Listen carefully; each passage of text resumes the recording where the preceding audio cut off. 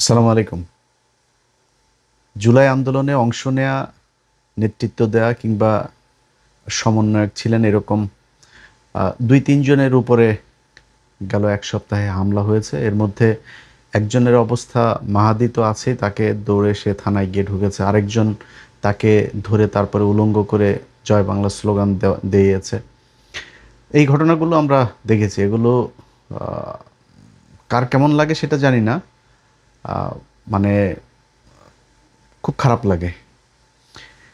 এটা নিয়ে একেক জায়গায় একেকভাবে হয়েছে। বিশেষ করে প্রায় প্রতিটি গণমাধ্যমেই বলা হয়েছে যে থানা জ্বালিয়ে দেওয়ার কথা বলা সেই সমন্বয়ক আশ্রয় নিলেন থানার ভেতরেই। থানার পুলিশের টাকা কি পুলিশের বাপ দেয়? থানার পুলিশের টাকা আমরা দেই। এখন থানা জ্বালিয়ে ফেলা, কোন থানা জ্বালাইছিল? কোন পুলিশকে মারা হয়েছিল জুলাইতে? যেই পুলিশ এই দেশের সাধারণ মানুষের বুকে গুলি চালিয়েছে। পুলিশ মনে হচ্ছে যেন মানে ওদের জন্মই হয়েছে ঘুষ খাওয়ার জন্য। পুলিশের ভাইরা অনেক সৎ ভাই আছেন, মন খারাপ করেন না। আপনাদের জন্মই হয়েছে আপনাদের পোলাপানেরে খারাপ জিনিস খাওয়ানোর জন্য। আপনাদের পোলাপানের শরীরের মধ্যে দূষিত হারাম ঘুষের রক্ত। এটার জন্যই আপনাদের আল্লাহ জন্ম দিয়েছে এই দুনিয়ায়। আপনাদের ভালো হওয়ার কোনো ইচ্ছা নাই। এটা গত ২ বছরে সেনাবাহিনীকে নিয়ে অনেক কথা বলল, পুলিশকে নিয়ে কোনোদিন নেগেটিভ কথা বলিনি। বাট এই ২টা বছরে দেখলাম পুলিশের অবস্থা। সবার ধান্দা একটাই, টাকা কামাইতে হবে। সেই আগের একই ধাঁচে তারা চলতে চায়। তো আপনাদের এইখানে যারা জুলাই আন্দোলনে দোসর হয়ে কাজ করেছে, হাসিনার খুব কাছাকাছি ছিল, যাদের বিরুদ্ধে হত্যা মামলা হয়েছে, একাধিক হত্যা মামলা, তাদের কারোর বিরুদ্ধে পুলিশ ব্যবস্থা নিচ্ছে না। সব ভালো মানুষ তারা। তো এগুলো আমরা দেখব। অনেকগুলো নাম তো আছে আমাদের কাছে। সেগুলোর ব্যাপারে যদি চূড়ান্ত পুলিশ যদি মানে কোনো পদক্ষেপ নেয় তাদেরকে বাঁচানোর জন্য, সেক্ষেত্রে তো আমাদেরও সেই পুলিশের ব্যাপারে সেরকম পদক্ষেপই নিতে হবে। তো এখন বলা হলো যে পুলিশের থানা পুড়িয়ে ফেলা, সে থানা তো বাংলাদেশে একটা দুইটা পোড়ায় নাই। খালি মাহাদির ওইখানেই থানা পোড়ায় নাই, সারা বাংলাদেশই থানা পোড়ানো হয়েছিল। তো সেটা কি অপরাধ ছিল? এই বিপ্লবটা কি তাহলে মিথ্যা ছিল? এখন এই মুহূর্তে এই জিনিসটাকে হাস্যকর একটা জিনিস বানিয়ে ফেলা হয়েছে। মানে জুলাইয়ের এদেরকে নিয়ে দেখেন আপনি সোশ্যাল মিডিয়াতেও মানে আওয়ামী লীগের লোকজন তো আছেই, তারা ব্যাপক আকারে মজা নিচ্ছে এগুলো নিয়ে। প্রশ্ন হইল এই দায়টা কার? আমি আজকে থেকে ১ বছর আগে একটা কথা বলেছিলাম যে এই সমন্বয়করা রাস্তাঘাটে, এই যারা ছাত্র নেতা আছে রাস্তাঘাটে পেটুনি খাবে। আজকে শুরু হয়েছে কিনা? ছাত্রদের এতগুলো মানুষের রক্ত বিক্রি করে যারা নিজেদের পকেট গুছিয়েছে, এরা নাকি এদের কিছুই নাই। তোর বাইনারি অ্যাকাউন্টটা, তোর ক্রিপ্টো কয় টাকা আছে ওইটা আমাদের দেখাইস, তাইলে বুঝবো যে কার কয় টাকা আছে বা নাই। তো টাকা পয়সা তো সব ক্রিপ্টোতে ইনভেস্ট করা হয়েছে, যে কারণে বাংলাদেশে এখন এটা দেখা যাবে না। এখন এই সমন্বয়ক বা মানে সবচেয়ে উপরে যে নেতারা আছে, আমি খুব অবাক হয়ে দেখলাম এই গেল ২-৩ দিনে যে ঘটনাগুলো, আরে ভাই এটা নিয়ে তো দেশে তুল কালাম বাধায় ফেলার কথা। বিশেষ করে এনসিপি, তাদের কোনো প্রতিক্রিয়া নাই। অ্যাজ ইফ যে এটা খুব স্বাভাবিক একটা ব্যাপার, তাদের কেউ না, তারা ভালো আছে, তারা কেউ কেউ এমপি হয়েছে, কেউ কেউ সামনে মন্ত্রী টন্ত্রীও হইতে পারে। তো ওনারা খুব ভালো, ওনাদের আর অন্য কোনো সমস্যা নেই। যারা জীবন দিয়ে ওনাদেরকে এখানে বসাইলো তাদের কোনো খোঁজ খবর নাই। এটা আজকে থেকে না, আমাদের সাথে আজকের এই এনসিপি বলেন, ডক্টর ইউনুস বলেন, ডক্টর ইউনুস আপনারে নিয়ে এখন এই যে দিনে ৩টা ৪টা করেও কোনো কোনো পত্রিকা নিউজ করে না, ন্যাংটা বানায় ফেলতেছে। এটা আমাদের দেখলেও খারাপ লাগে। আপনি আপনার বাপ চিনতে ভুলে গেছেন। আপনার আসল বাপ কারা, আপনারা আসলে আপনার পক্ষে কারা, এটা আপনি মূল্যায়নও করেন নাই, এটা আপনি বুঝেনও নাই, বুঝতে পারেনও নাই। যাদেরকে সুযোগ সুবিধা দিয়ে আব্বা ডেকে, তারপরে আমরা যাদের বিরুদ্ধে কাজ করতে গিয়েছি, যেই সব সাংবাদিকদের বিরুদ্ধে আমরা বাই নেমে পোস্ট করেছি, তাদের বিরুদ্ধে আপনারা পদক্ষেপ নেন নাই। তাদেরকে বসিয়ে রেখেছেন, তারাই এখন আপনাকে ছবল দিচ্ছে। আপনার বাপ না তারা, সে বাপরা এখন আচরণ কী করে ওইটা বুঝতে পারবেন। আমরা কিন্তু এখন কিছু বলি না, আপনারা কিন্তু চুপ আপনার ব্যাপারে। এখন আমরা মজা নিচ্ছি। যারা আপনারা নিয়ে বলে না, তাদেরকে নিয়ে সরেন নাই। তখন আপনারা নাম দিয়েছিলেন মব সৃষ্টি করা হচ্ছে। সেই মব আজকে দেশে নাই। আপনাদের সকল যে মব সেটা নাই। এখন প্রতিদিন রেপ হয়, প্রতিদিন মানুষ খুন হয়, প্রতিদিন চাঁদাবাজি হয়, সব কিছুই হচ্ছে, কিন্তু মব কিন্তু দেশে নাই। এখন আজকে কারা করে? আজকে ইলিয়াস, পিনাকি, কনকি কই ওনাদের তো কোনো লোকজন তো এখন আর রাস্তায় নাই।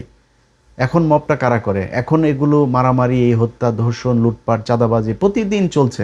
এগুলো কারা করে? আমরা করি। এই ইউনুস, তার আশপাশের লোকজন, এমনকি এই ছাত্রদের ভেতরেও কেউ কেউ তারা সুশীল সেজে গিয়েছিল, সাদা সাদা পাঞ্জাবি গায়ে দিয়ে বিশাল রাজনৈতিক নেতা হয়ে গেছে। পাছার চামড়া বাবা থাকবে না। তোমরা যেইখানে যেইখানে কাজ করা দরকার, একটা জায়গার মধ্যে তাদেরকে আমরা কোনো জায়গায় পাইনি। এই যে বিডিআরের লোকগুলোর ব্যাপারে কতদিন নাম ধরে আর বললাম না, কতদিন এই কেন্দ্রীয় এই এনসিপির এই পোলাপানগুলোরে বলছি যে ভাই ওইখানে ওদের একটা হবে, একটু যায় অ্যাটেন্ড করেন। আরে ভাই কিছু না হইলেও তো সারা বাংলাদেশে 18,000 বিডিআর, এই বিডিআরের 18,000 বউ বাচ্চা ছেলে মেয়ে সহ আরও 5 গুণ লোক তোদের সাথে থাকতো থাকতো না? 18,000 সব ট্রেন লোকজন, এই ট্রেন লোকগুলি তো তোদের একটা বিশাল অ্যাসেট হইতে পারতো। তারা তাদের জন্য সময় নাই, এইখানে খাইতে যাবে, ওইখানে খাইতে যাবে, ওর কাছ থেকে টাকা আনবে, অমুক বিল্ডিংয়ের মধ্যে টাকা পাওয়া গেছে ভাগাভাগি করতে হবে, অমুক জায়গায় অমুকের তদবির করতে হবে। ওনাদের এগুলো নিয়ে ভীষণ ব্যস্ত। না একটা আলেম, না একটা বিডিআর, না দেশের কোনো একটা প্রয়োজনে কোনো জায়গায় স্বৈরাচার মুক্ত করা কোনো জায়গায় তারা ছিল না। তারা সুশীল হয়ে গেল অল্প কয়দিনে। মব, ইউনুসের দিয়া নাম দেওয়া হইলো মব। আজকে ওই যে ওরা নাম দিয়েছে ডাস্টবিন শফিক। ডাস্টবিন শফিক তুমি কোথায়? তোমার এখন লন্ডনে গেলেও পেদাবে, স্পেনে গেলেও পেদাবে, আমেরিকায় গেলেও পেদাবে। আমরা কিন্তু এগুলো সামাল দিতে দিতে আমরা এখন ট্রেন আপ হয়ে গেছি। আমরা জানি যে আমাদের কেমনে একা চলতে হয়। আমাদের আল্লাহর রহমতে আমরা ওইভাবে চলি।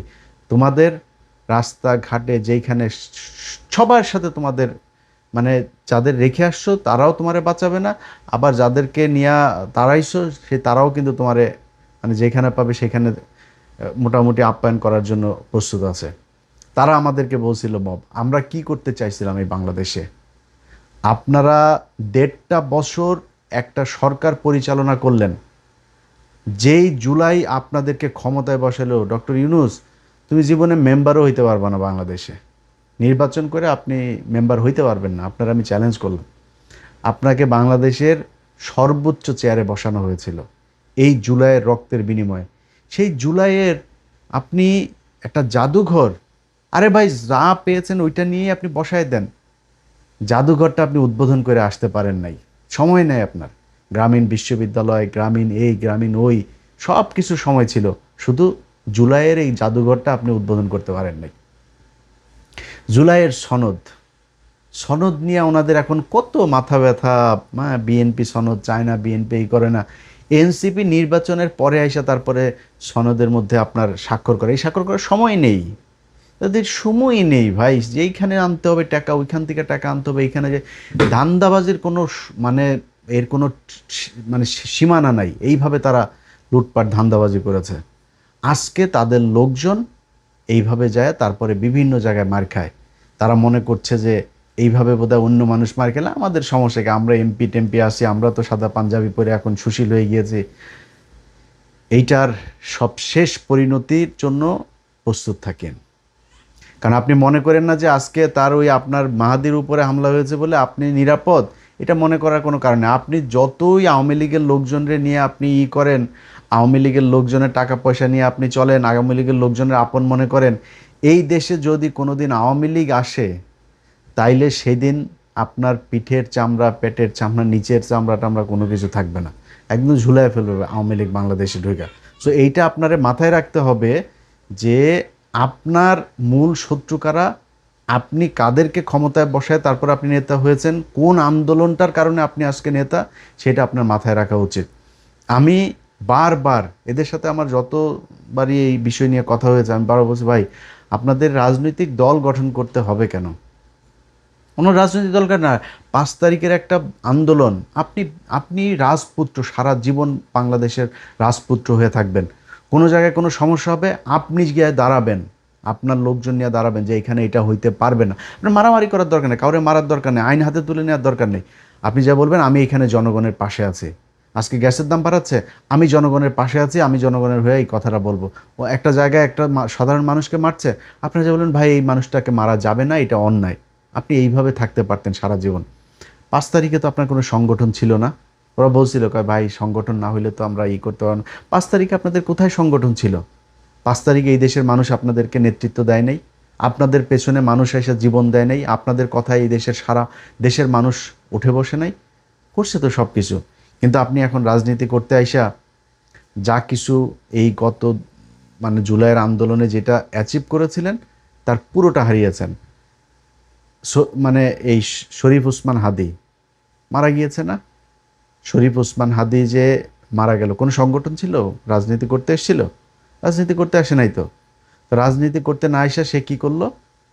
তার ইনকিলাব মঞ্চরে দিয়ে সে নানান কর্মসূচি, নানান বক্তব্য, নানান কিছু দেশের জন্য যা যা করা দরকার সব কিছু সে করেছে। এই দেশের মানুষ যেই কথাটা শুনতে চেয়েছে, যেটা করতে সেটাই চেয়েছে। আওয়ামী লীগ 13 তারিখে করেছে, হাদি এসে সবার আগে এসে বসছে। আপনারা কিন্তু রাজপথে বসার কিন্তু সময় পান নাই। আপনারা তখন লুটপাট, চাঁদাবাজি, ধান্দাবাজি এগুলোতে ব্যস্ত।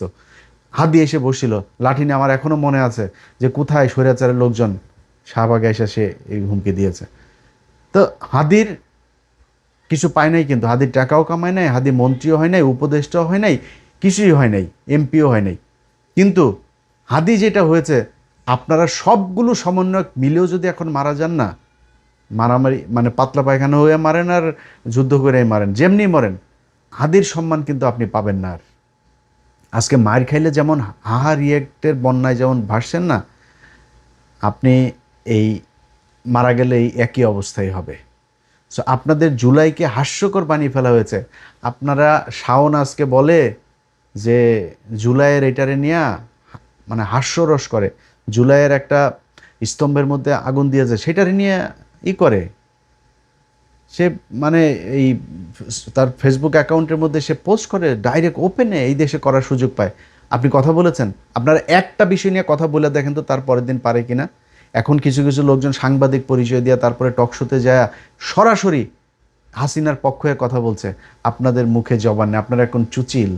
আপনাদের মতো এরকম বালের চুচিল বাংলাদেশে বহুত আছে। সেই চুচিলদের মানুষ হুটকিও মারে না, বুঝেন না? আপনারও হুটকি মারবেও না। মনে করেন যে এই অলরেডি শুরু হয়ে গিয়েছে। এই যেগুলো দেখছেন না, এই ওয়েবটা যখন আরেকটু ঘন হয়ে, ভারী হয়ে, শক্তিশালী হয়ে আসবে, সেটা আপনার গায়ে লাগবে এবং সেটার জন্য আপনি প্রস্তুত থাকেন। হাদিরে নেতা হইতে আপনার মতো এরকম বিশাল বালের এমপি হইতে হয় নাই, নির্বাচনও করতে হয় নাই। হাদি বাংলাদেশের জাতীয় নেতা, কাজী নজরুল ইসলামের পাশে তার কবর হয়েছে। এই সৌভাগ্য নিয়ে আমি আপনি জন্ম নেই, যেটা হাদিকে আল্লাহ দিয়েছে। হাদির এটার জন্য কোনো কিছু 1 টাকাও চাঁদাবাজি করতে হয়নি। অতএব আজকের এই ঘটনার জন্য আপনি দায়ী, আপনারা দায়ী। এবং আমি যেটা সব শেষ বলতে চাই, যদি নাকি মনে করেন এই পরিস্থিতি থেকে বের হইতে চান এবং এইটা মনে করেন যে আর না ঘটুক, আপনাদের উপরে এই ধরনের কোনো আঘাত না আসুক, এটা যদি মনে করেন, তাহলে একদম গোড়ায় হাত দিতে হবে। এখনও কারা কারা কোন কোন জায়গায় আছে, এখনও আপনারা যদি একটা কথা বলেন, সেই কথাটা এই দেশের সরকার মানতে বাধ্য। সো আপনাদেরকে বলতে হবে, আপনি নিজে যায় দাঁড়ান, ওই মব টপ মারানি বন্ধ করেন। মব মারানি বন্ধ করে যদি ওইটা যদি মব হয়, 32 নম্বরে করা যদি বাকশালের যদি ঘুরায় দেওয়া যদি মব হয়, আপনারা সামনে হরতাল রাখবেন না? ওইটাও কিন্তু মব, ওইটাও মানুষ মবই বলবে, আমরাও তখন ওইটারে মব বলবো। সো এই মব মারানি বন্ধ করে তারপরে আসেন, যেখানে যেখানে যারা যারা এই স্বৈরাচারের দোষর যেগুলো এখনও বড় বড় কথা বলে, এগুলোরে থামান। কোথায় কোথায় এই ধরনের কারা কারা সোশ্যাল মিডিয়াতে এগুলো করে তারপরে এই জুলাই স্তম্ভে তার করার পর, এটা তো রাষ্ট্রীয় সম্পদ, রাষ্ট্র বানিয়েছে, সেটার আগুন দিয়েছে, এটার জন্য রাষ্ট্রদ্রোহ মামলা হওয়া উচিত শাওনের বিরুদ্ধে। সে এটাকে সমর্থন দিয়েছে, সব মামলা হওয়া উচিত। এই ব্যাপারে আপনাদের সরব হইতে হবে। ভাই, আমার কথা আপনার খারাপ লাগতে পারে, আপনাদের কাছে আমি অনেক কৃতজ্ঞ যে শেখ হাসিনা দেশে নাই, এটাই বিশাল ব্যাপার। এই দেশে জুলাইতে যারা চাঁদাবাজি করেছেন তারাও, চাঁদাবাজি করেন নাই যারা, তারাও, সবার কাছে আমি ভীষণ কৃতজ্ঞ। আমি ইলিয়াস হোসেন আজকে যতটুকু রিল্যাক্স, যেইটুকু আল্লাহ ভালো রেখেছেন, এইটুকু এই জুলাইয়ের যারা জীবন দিয়েছে তাদের কারণে। আমার এখানে কোনো অবদান নেই, একদম তাদের কাছে আমি সারা জীবন যতদিন বেঁচে থাকবো কৃতজ্ঞ থাকব। কিন্তু আপনারা জুলাইকে বিক্রি করে যেই ভয়ানক একটা পরিস্থিতির দিকে দেশকে নিয়ে যাচ্ছেন, এইটার শেষ পরিণতি ভয়ঙ্কর। সেটার জন্যে আপনাদের বিরুদ্ধে কিছু কথাবার্তা বলি। এটা ব্যক্তিগতভাবে না নিয়ে এটারে একটু বোঝার চেষ্টা করেন। আপনারা এখনও যদি নাকি যারা এই যে কয়জনই এমপি আছেন, আপনারা যদি এনসিপির এই নেতাগুলিও মিলা যদি নাকি আজকে একটা কথা বলে, সরকার বলেন, পুলিশ বলেন, প্রশাসন বলেন, এটা শুনতে বাধ্য হবে। কিন্তু আপনারা বলেন না। এই যে মেহাদির উপরে হামলা হইলো, এই যে আরেকজনের জয় বাংলা বলাইলো, এটার উপরে, এটা নিয়ে কিছু বলেছেন আপনারা? নেত্রকোনায় আপনাদের ভাঙা হইলো, এটা নিয়ে কিছু বলেছেন? আপনাদের কোনো প্রতিক্রিয়াই নাই। সো এইখান থেকে বাইর হইতে হবে। সব শেষ। এতক্ষণ যা যা বললাম, এটা বলার পরে আওয়ামী লীগের লোকজন আছে না, ওরা তো এই কয়দিন ধরে ধরেন মজা নিচ্ছে এইসব ঘটনাগুলো নিয়ে। এতক্ষণ যা বললাম এটাতেও কিন্তু আওয়ামী লীগের মজা লেগেছে। তো আওয়ামী লীগের লোকজনরে বলবো, বাংলাদেশ মনে কর তারেক রহমানের নেতৃত্বে, জামাত ইসলামের নেতৃত্বে বাংলাদেশ মনে কর ওই দক্ষিণ সুদানের মতো অবস্থা হয়ে যাবে। মনে কর যদি এরকমও হয়ে যায়, তারপরেও কোনোদিন বাংলাদেশের মানুষ তোদেরকে মানুষ মনে করবে না। তোরা মানুষ না। তোরা, তোদের যা যেসব চিন্তা ভাবনা, তোদের বিবেক বোধ, এটা কোনো সাধারণ মানুষের হিউম্যান সাইকোলজির কোনো শাখার প্রশাখার মধ্যে তোদের এটা নাই। তোদের জন্মটাই হইল গিয়া একটা খারাপ জিনিস দিয়া। হ্যাঁ, ইচ্ছে খারাপ করে আর বললাম না। এই জন্মে যারা হয়েছে, আওয়ামী লীগের অনেক মানুষজন আছে, আমারও খুব ক্লোজ পরিচিত লোকজনও আওয়ামী লীগের 2-4 জন আছে, তাদের সাথে সরাসরি যখন কথা বলি এমনি, ভাই আওয়ামী লীগটা আপনি করেন কেমনে আমার এটা বলেন। এরকম আওয়ামী লীগ নাও ভাই, আমি আওয়ামী লীগ করলো এরকম না, ওই আরে বেটা এরকম ওইরকম না। আওয়ামী লীগ এটা যে মানে বিশ্বাস মনে মনেও একটু এটারে যে সমর্থন করে, ওরও বুঝতে হবে ওর মস্তিষ্কে সমস্যা আছে। খারাপ মানুষ না হইলে ওর মস্তিষ্কের বুঝতে সমস্যা আছে। এই ছাড়া পৃথিবীর কোনো সুস্থ মানুষ কোনোদিন এরকম কোনো সংগঠন করতে পারে না। এটা তারা করে। সো তোদের জন্য, তোদের ভালো হওয়ার জন্য, তোদের বোঝার জন্য, তোরা আজকে মনে কর যে এই যে চোরাগুপ্তা হামলা চালায় একটা সমন্বয় একটা পিটাচ্ছিস, সামনে হয়তো আরও এরকম করবি। তোরা যাই করিস, তোদের বুঝতে হবে, তোদের যদি নাকি হাতে পায়ে ধইরা জোর করে যদি তারেক রহমান বাংলাদেশে আনে, আইনা যদি তারপর ক্ষমতায় বসায় বা রাজনীতি করার সুযোগ দেয়, তাহলে পারবি। এই ছাড়া তোদের কোনো ক্ষমতা নাই। তোরা তোদের বাপেরে বিচির মধ্যে চাপ দে, খালি তোর বাপেরে না, তোর বাপের ছেলে, ছোট বাচ্চা, ওই সব কটার বিচির মধ্যে চাইপা 15ই আগস্ট যেটা করছে না, তোর আম্মারে ব্লাউজ টেলাউজ যা আছে সব কিছু রাইখা ন্যাংটা করে তারপরে মানুষ 45 মিনিটে খাইতেও দেয় নাই, সেটাই লাতি দিয়ে তারপর বার করে আইছে ভারতে। এখন যায় মোদির কাছে হাঙ্গা ছাড়া, তারপরে আকাম কুকাম লাগাইতেছে, দেখ বাচ্চা বুচ্চা হয় কিনা, দেখ যদি মেয়াদ থাকে তাহলে হয়েও যাইতে পারে। তোর আম্মা যায় ওইখানে এগুলি করতেছে, তোরা পাল ফালাইতে পারছিস? 2 বছর হয়েছে, কোনো পালটা ফালাইতে পারছিস? কবে আসবি বল? তোরা দিন তারিখ দে যে অমুক দিন অমুক কিছু হইলে তারপরে আসবি। তোদের বিএনপি যদি মানে জোর করে আইনা যদি ক্ষমতায় বসায় বা রাজনীতি করতে, তাইলে পারবি। এর বাইরে তোদের হাতে কোনো অপশন নাই। তোদের আব্বা, যারা তোদের আব্বা, ছাগলের 3 নম্বর বাচ্চাগুলি তো সোশ্যাল মিডিয়াতে, যে আমি আজকের ভিডিওটা তো যা বললাম যে ওদের সোশ্যাল মিডিয়াতে ব্যাপক ভাই সোশ্যাল মিডিয়া আমরা এটার জন্ম দিছি। এই সোশ্যাল মিডিয়ায় বাংলাদেশে রাজনৈতিক কথাবার্তা, রাজনীতি করেও যে মানুষকে যে মানে উজ্জীবিত করা যায়, এটা আমরা শিখাইছি। সো সোশ্যাল মিডিয়ায় কি হয় আমরা খুব ভালো করে জানি। একটা পোস্টের মধ্যে 500-1000 কমেন্ট হওয়া এভারেজ, মানে গুড এনাফ, এর চাইতে বেশি দরকার নাই। সো 500-1000 মানুষ, তোরা এখন ইন্ডিয়াতে যায় বসে আসিস, লন্ডনে আসিস, এইখানে আসিস, বিভিন্ন দেশে দেশে আসিস না, তোদের তো সারাদিন এখন বিশেষ করে ইন্ডিয়ারগুলি সারাদিন ফেন্সি ডিলার বাংলা খাওয়া ছাড়া আর তো কোনো কাজ নাই তোদের। সারাটা দিন হাঁ করে তাকায় থাকিস যে কখন একটা কিছু একটা খবর পাবো। ডক্টর ইউনুস বলে পলাইছে, 2 দিন পরে ফ্রান্স থেকে ইউনুস আবার দেশে, তো এই না বললি যে আর আসবে না, চলে গিয়েছে নেই সে। ভাই এগুলো আমরা একসময় করছি। আমরাও একসময় এখানে বসে থাকতাম, কিছু একটা হবে, কিছু। এনায়েত করিমের মতো লোক, ওই যে বাটপার, সেই এনায়েত করিমও এই বাংলাদেশের এই যে শওকত ভাই, সাংবাদিক শওকত ভাই, গাজী রুহুল আমিন সাংবাদিক, তারপরে আরও অনেক পলিটিশিয়ানও আছে, অনেকের জীবন ধ্বংস করে দিয়েছে এই এনায়েত করিম। অনেকে আছে হয়তো মানে তাদের আসলে তাদের ভালোর জন্যই গিয়েছিল তাদের সাথে কথা বলতে। এনায়েত করিম বুঝাইছে ভাই এই যে এরকম এরকম হবে, এটা হবে আর সরকার পতন হয়ে যাবে। তো তার কথাবার্তা আমার প্রথম দিনই ভাল লাগে নাই। আমি বারবার বলছি, এই যে উলফাত ভাইরে জিজ্ঞেস করেন, আমি ভাই বলছি, আমি ভাই এটা 2 নাম্বার লোক। কিন্তু সে করতো কি, রয়ের টাকা পয়সা নিয়ে ওই থাইল্যান্ডে মিটিং করাইতো, আমেরিকায় আনতো মিটিং করতে, তারপরে কাঠমান্ডুতে যাইতো, সিঙ্গাপুরে যাইতো, ভিআইপি ভিআইপি 5 স্টার হোটেলে নিয়ে যাইতো, বিজনেস ক্লাসে টিকিট করাইতো, এগুলো করে নিয়ে যাইতো। ওই হয়েছে এই এই যে রেজা কিবরিয়া ভাই, ইলিয়াস, শোনেন, কোথায় দাঁড়াবেন আপনি, আপনি ক্যান্ডিডেট কতজন দিবেন আপনি করেন। ধুরো ভাই কী কোন এগুলি। এনায়েত করিমের মতো লোকও কিন্তু এইভাবে বাংলাদেশের বহু ডাকসেটে রাজনীতিবিদদেরকে কিন্তু করছে। এই যে আজকের স্পিকার মেজর হাফিজ ভাইটা এদেরকেও অনেকটা বায়াস করে ফেলছিল। হ্যাঁ, অতএব আমরা এগুলো পার করে আসছি গেল 15 বছর। তোমরা তো মাত্র শুরু করলে, আমাদের কাছে তোমরা দুগ্ধ শিশু, তোমরা এখনো এগুলো কিছুই বুঝো নাই, বহুত সময় আছে। তোমার আম্মার সাথে যায় আওয়ামী লীগের সব নেতারা এখন কথাও বলে না, কারণ তোমার আম্মার কেবলা আবার আরেক দুইটা হয়েছে। রেহানা আপা এক কেবলা, তোমার ওই যে এই 5,500 বিজ্ঞানী আবার আরেক কেবলা, ওইদিকে পুতুলও আবার আরেক কেবলা হইতে চায়, বাট ওইটা একটু ঠান্ডা আছে। এদিকে এই 3 ক্যাবলা কিন্তু এখন কামড়াকামড়ি চলছে। তোমাদের বড় বড় নেতা যারা আছে ওদেরকে জিজ্ঞেস করে, তোমাদের এখন কেবলাই ঠিক করতে পারো না যে কোন দিকে। কেউ কেউ চিন্তা আছে না হাসিনা থাকা অবস্থায় তো আর হবে না, এখন রেহানা চায়, কিন্তু হাসিনা মারা গেলে এখন রেহানার দিকে যাবে। ওইদিকে রেহানার ছেলেটা আবার ব্যাপক আকারের উত্তেজিত হয়ে আছে, কোনোভাবেই জয়ের দিকে যাইতে দেওয়া যাবে না।